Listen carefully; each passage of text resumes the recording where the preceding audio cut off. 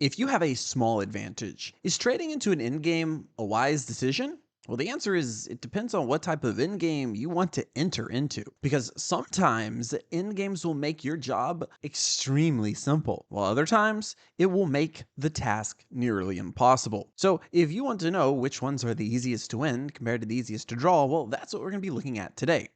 We're going to be ranking each of the single piece in-game types from easiest to win to easiest to draw to hopefully help you decide when it's wise to trade and when it's wise to avoid it. Let's jump right into the first one. Number 1, king and pawn endgames. When you have a slight advantage, king and pawn endgames offer you the very best winning chances. And the reason for this is because you can take your opponent's king and force them off sides, which we know is a penalty, to defend against your advantage. Then your king can wreak havoc over the rest of their position.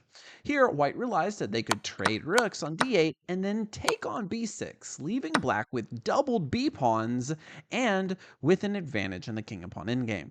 Here, white will be able to create a passed pawn faster with their healthy majority of pawns. Because of this, they'll be able to win the endgame.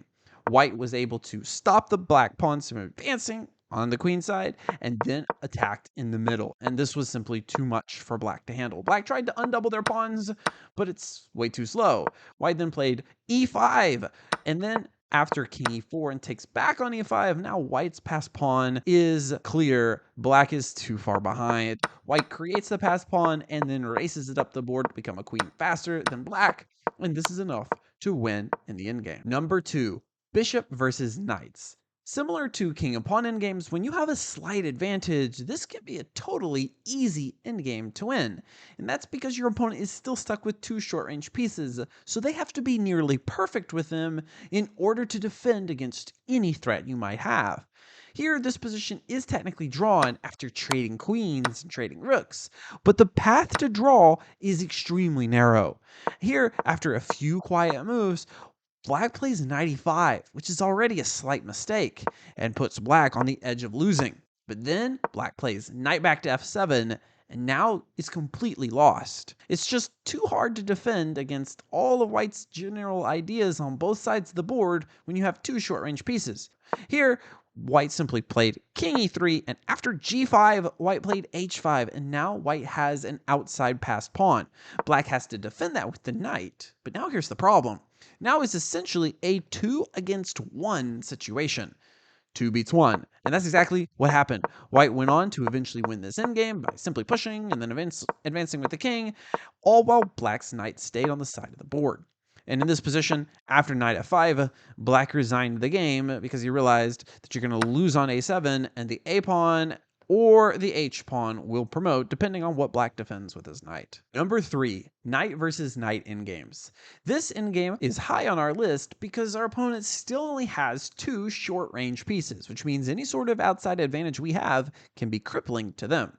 Here, white decided to avoid kind of a closed king and pawn endgame and did not trade knights, and instead played knight d8 and traded these 2 pawns to give himself an outside passed pawn, which is a huge advantage in knight endgames. So this is going to force the black knight all the way to the corner of the board, meaning this could easily be a knight and king versus king situation. Black tried to switch it up a little bit by bringing the king over to the defense of the king side, but now that leaves the knight and king against the enemy knight. And of course, that's still an easy win for white. White gobbled on f5, black defended the d6 pawn, but then the white king came in, took on g4, and now is easily winning. So whenever you have the chance to put your opponent into an endgame where they have 2 short-range pieces and you have an outside advantage, then that is a huge sign that you should play for that endgame. Number 4, queen versus queen endgames. Surprisingly, queen versus queen endgames are actually among the easier to win, and that's because a queen is the only piece that can self-promote a pawn. No matter what the enemy queen does, a queen and a pawn will always be able to win. Now, the thing is, while these pawns are promoting themselves, the enemy queen might begin hunting the king. So that's where things can get tricky. Here, white realized that if they can keep a safe king, that they'd be able to win easily, and played the great move d6. black took on d6 and white went queen e4 check. And while this does attack the king and puts the queen in a perfect position to help escort the pawn up the board, this more importantly ensures that the white king will never have to deal with checks. And so, white will be able to promote the pawn in peace and win this endgame. Number 5, bishop versus bishop endgames. It's at this point on our list where the defensive player begins to have some real drawing resources, and that's because bishops are really great at creating blockades. But here black has a full extra pawn, so this endgame should be winning. At least much more winning than blundering checkmate in 1 with queen takes b2. Well, so instead black captures on d1 and then dominates the knight with the bishop. Now what is white going to do? If white decides to try to get the knight out of there, then we'll simply trade, and this bishop endgame is winning. We'll play bishop to b3, and our pawn is way too powerful. So instead, they're going to try to stop us with the move first, bishop to c2. Then we can go a5, and after they block us, we can simply advance our king. Now when they try to bring the knight out and we trade it off, this endgame is still winning because we're going to bring our king in, and after they get theirs in too, you see, we got bishop b3, and the bishop on a4 is going to have to move out of the way and is going to have to sacrifice itself for the a pawn, meaning black wins. Number 6, knight versus bishop endgames. It's at this point on our list where things really begin to get tough. We need to have a very large advantage in order to go into a knight versus bishop endgame because we're suddenly the one with all the short range pieces. But here, black realized that this endgame would be very good and traded rooks and queens because look at this beautiful knight, look at all of the pawns on the opposite color square of the bishop, and look at white's pawns that might get stuck on the same color square as the bishop, especially after h5.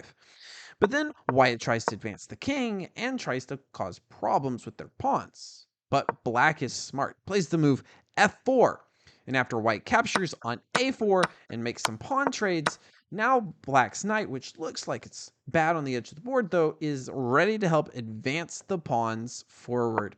White moves the bishop out of the way, but here comes the pawns.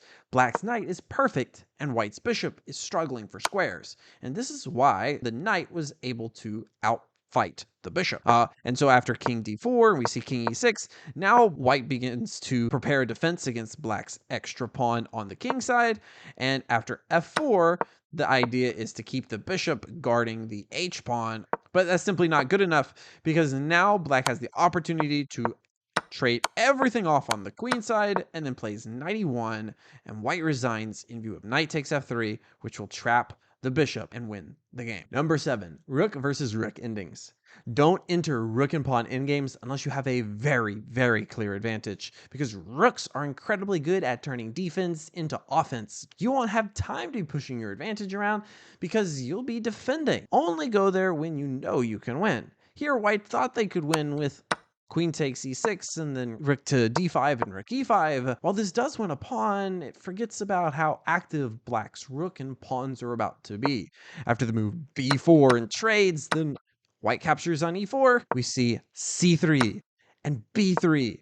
And now black wins. The pawn cannot be stopped. Number 8, bishops of opposite color. Bishops of opposite color are the most drawish endgames, but that doesn't mean that they don't have any winning chances at all. Here's how to win a bishops of opposite color endgame. Here, white correctly trades into this endgame. And while white's up 3 pawns, it's not a walk in the park, and it can turn into a draw very quickly. However, white knew what he was doing and kept all of the pawns on the same color square as the opponent's bishop. This is going to create a very hard time for black to make a blockade. So then whenever white was ready to push the pawns to the dark squares, he was able to do so with like e5 and eventually with a move like g5. Now the pawns are back to the dark squares again, and then whenever he was ready, push the pawn to the light squares, and then now again, we wait to push to the light squares until we know we can get back to the dark squares. Black's been unable to create a blockade, and our pawns will roll up the board. And finally, white locks the bishop's eyes on the king, and after a move like bishop to c7, e6, and bishop to d8, here white wins with tactics with the move e7, bishop takes, and check with the bishop, winning the dark square bishop, and white wins.